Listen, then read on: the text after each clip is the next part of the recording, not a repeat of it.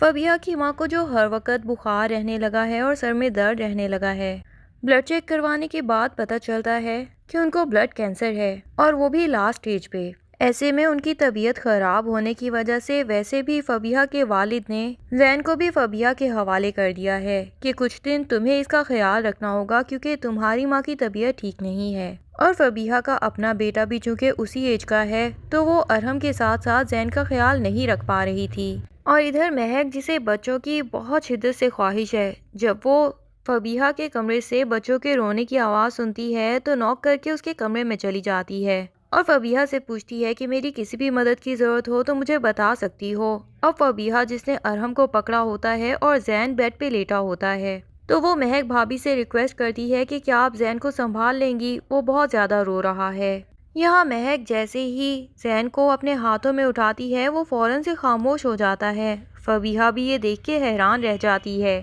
کہ زین تو ماں کے پاس بھی ہر ٹائم روتا رہتا تھا اور گھر میں نینی بھی اس کو نہیں سنبھال پاتی تھی، لیکن مہک آپی نے پتہ نہیں کیسے اسے پکڑا ہے کہ وہ فوراً ہی خاموش ہو گیا۔ کچھ کڑیاں تو ملتی نظر آ رہی ہیں۔ فبیہا کی ماں کا یوں اچانک کینسر ڈائگنوز ہونا اور مہک کے پاس اولاد نہیں ہونا، شاید قسمت نے یہ فیصلہ بہت پہلے ہی لکھ دیا تھا اور زین ان کی زندگی میں آیا ہی صرف مہک کے لیے تھا، کیونکہ فبیہا کے والد جب اکیلے رہ جائیں گے تو کوئی نینی تو ان کے بچے کو آ کے گھر میں سنبھالے گی نہیں، اور اگر انہوں نے دوسری شادی بھی کر لی تو کوئی اسٹیپ موم اس طرح تو زین کا کبھی خیال نہیں رکھ پائے گی جس طرح کے مہک رکھ سکتی ہے۔ اسی لیے شاید فبیہا خود ہی اپنے والد سے کہہ دے کہ زین میرا بھائی ہے اور اگر وہ مہک بھابھی کے پاس رہے گا تو میری نظروں کے سامنے ہی رہے گا۔ آپ کسی نینی یا کسی سوتیلی ماں سے زیادہ تو مجھ پہ بھروسہ کر سکتے ہیں۔ تو یقیناً فبیہا کے والد بھی اس بات کے لیے راضی ہو جائیں گے۔ ادھر اپنے بھائی آریان کو اولاد کے لیے ترستا ہوا دیکھ کے شاید اسی وجہ سے شاہویر کے دل میں بھی اپنی اولاد کے لیے محبت جاگ اٹھی ہے۔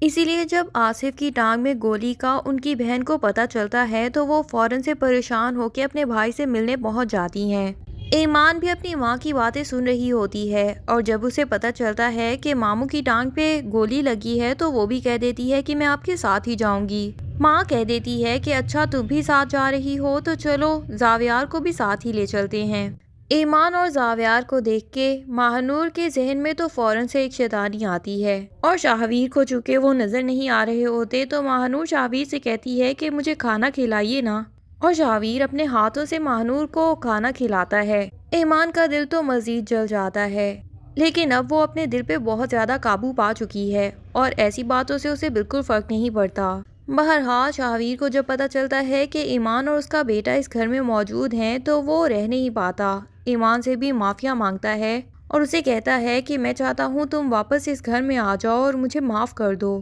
میں زاویار کے ساتھ رہنا چاہتا ہوں۔ لیکن ایمان کہہ دیتی ہے کہ میری زندگی میں تمہاری اب کوئی جگہ باقی نہیں ہے، تم نے مجھے دھوکہ دیا ہے اور دھوکے باز کو میں کبھی معاف نہیں کر سکتی۔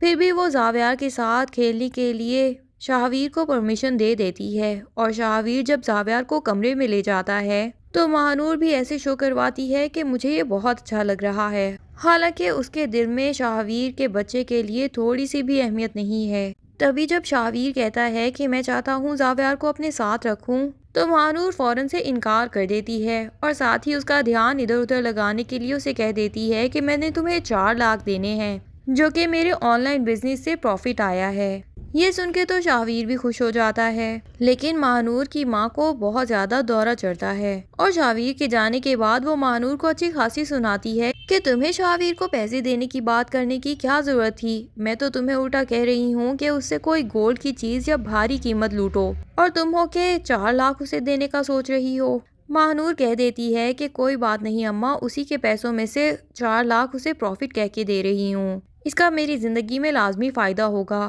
ورنہ بلا وجہ شاہویر کا دھیان اپنے بچے پہ چلا گیا تھا اور زبردستی اس نے ایمان کا بچہ مجھے تھپ دینا تھا، میں بھلا کسی اور کے بچوں کا کہاں خیال رکھ سکتی ہوں۔ اس بات پہ تو ماہنور کی ماں بھی چپ ہو جاتی ہے کہ واقعی شاہویر تو میرا بھی نام لے رہا تھا کہ تمہاری ماں بھی میرے بچے کا خیال تو رکھ ہی سکتی ہے،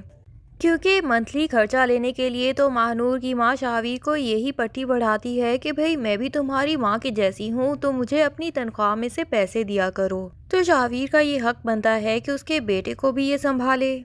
مسکان تو اب تیار شیار ہو کے آرام سے باپ کے سامنے بھی جھوٹ بول کے پہنچ جاتی ہے راہم سے ملنے، اور اپنا شک اس کے سامنے بھی ظاہر کر دیتی ہے کہ مجھے تو محسوس ہوتا ہے کہ مجھ سے زیادہ تمہیں ایمان آپی سے کانٹیکٹ رکھنے کا شوق ہے اور انہی سے تمہاری زیادہ اچھی دوستی ہے۔ راہم بھی کیجولی کہہ دیتا ہے کہ ہاں، ایمان چونکہ میری کولیگ بھی ہے اور کافی باتیں ہوتی ہیں تو مجھے کمفرٹیبل لگتا ہے اس سے اپنی باتیں شیئر کرنا، لیکن شاید مسکان کا شک ابھی تک ختم نہیں ہوا۔ اسے اپنی بہن سے ہی جیلسی محسوس ہو رہی ہے، جو کہ تھوڑی غلط بات تو دکھائی گئی ہے۔ بہرحال اس کی یہ غلط فہمی بھی جلد ہی دور ہو ہی جائے گی۔ ایمان کی یہ بات سمجھ نہیں آئی کہ اگر اس کے ماموں کی طبیعت خراب تھی بھی تو چلو اس کی ماں کا ملنا تو ضروری تھا، پر یہ کس حق سے اب ان کے گھر چلی جاتی ہے؟ اتنی سی سیلف ریسپیکٹ تو ہونی چاہیے تھی کہ یہ اس گھر کو ہمیشہ کے لیے چھوڑ دیتی، لیکن شاہویر سے رشتہ رکھنا بھی نہیں چاہتی، اس سے بات بھی نہیں کرتی، پر اس کے پاس تیار شیار ہو کے پہنچ کیوں جاتی ہے؟ اور اب تو اس کی زندگی شاہویر کے بغیر اتنی اچھی بہترین چل رہی ہے،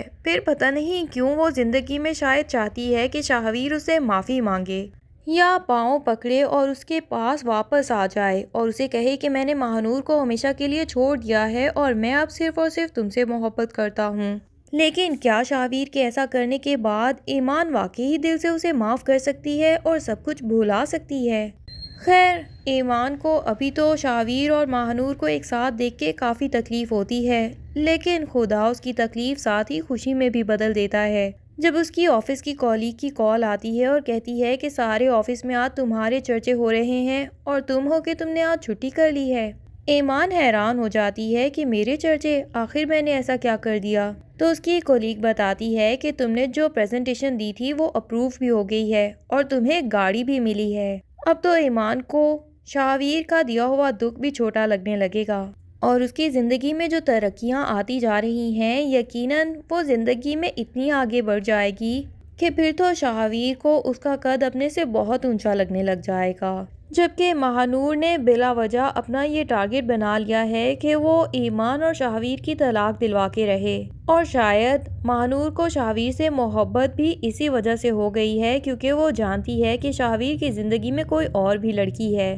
جسے وہ بالکل چھوڑنا نہیں چاہتا، ورنہ اس جیسی لڑکی تو صرف اور صرف لڑکوں کو لوٹتی، اپنا مطلب نکلواتی اور انہیں فارغ کر دیتی تھی، پر یہ شاہویر ہی ہے جس کی محبت میں وہ گرفتار ہو گئی ہے۔ مہنور کی ماں کو تو اپنی بیٹی کی اس حرکت پہ بہت غصہ آتا ہے اور وہ بار بار مہنور کو سمجھانے کی کوشش کرتی ہیں کہ کیا تم بلا وجہ محبت کے چکر میں پڑ گئی ہو، شاہویر کو اپنی زندگی سے نکالو اور زندگی میں پتہ نہیں کیا کیا منافع لکھے ہیں تمہارے لیے، لیکن مہنور شاید اپنا دل شاہویر کو دے بیٹھی ہے، تبھی وہ یہاں سے آگے بڑھنا ہی نہیں چاہتی۔ بہرحال فبیہہ کی ماں، جس کا کینسر ڈائیگنوز ہو چکا ہے، اگر اس کی جان چلی جاتی ہے تو کیا فبیہہ مہک آپی سے خود ہی بات کر لے گی کہ آپ زین کو سنبھالیں، یا پھر مہک خود ہی آریان سے بات کرے گی کہ میں زین کو گود لینا چاہتی ہوں؟ آپ فبیہہ سے یہ بات کر کے دیکھیں، اور کیا آریان بھی یوں فبیہہ کے بھائی کو گود لینے کے لیے راضی ہو جائے گا؟ یہ سب تو ہمیں آنے والی ایک ساتھ میں ہی پتہ چلے گا۔ تب تک کے لیے اللہ حافظ۔ ویڈیو پسند آئے تو لائک اینڈ کمنٹ کرنا نہ بھولیے اور چینل کو سبسکرائب ضرور کر لیں۔ شکریہ۔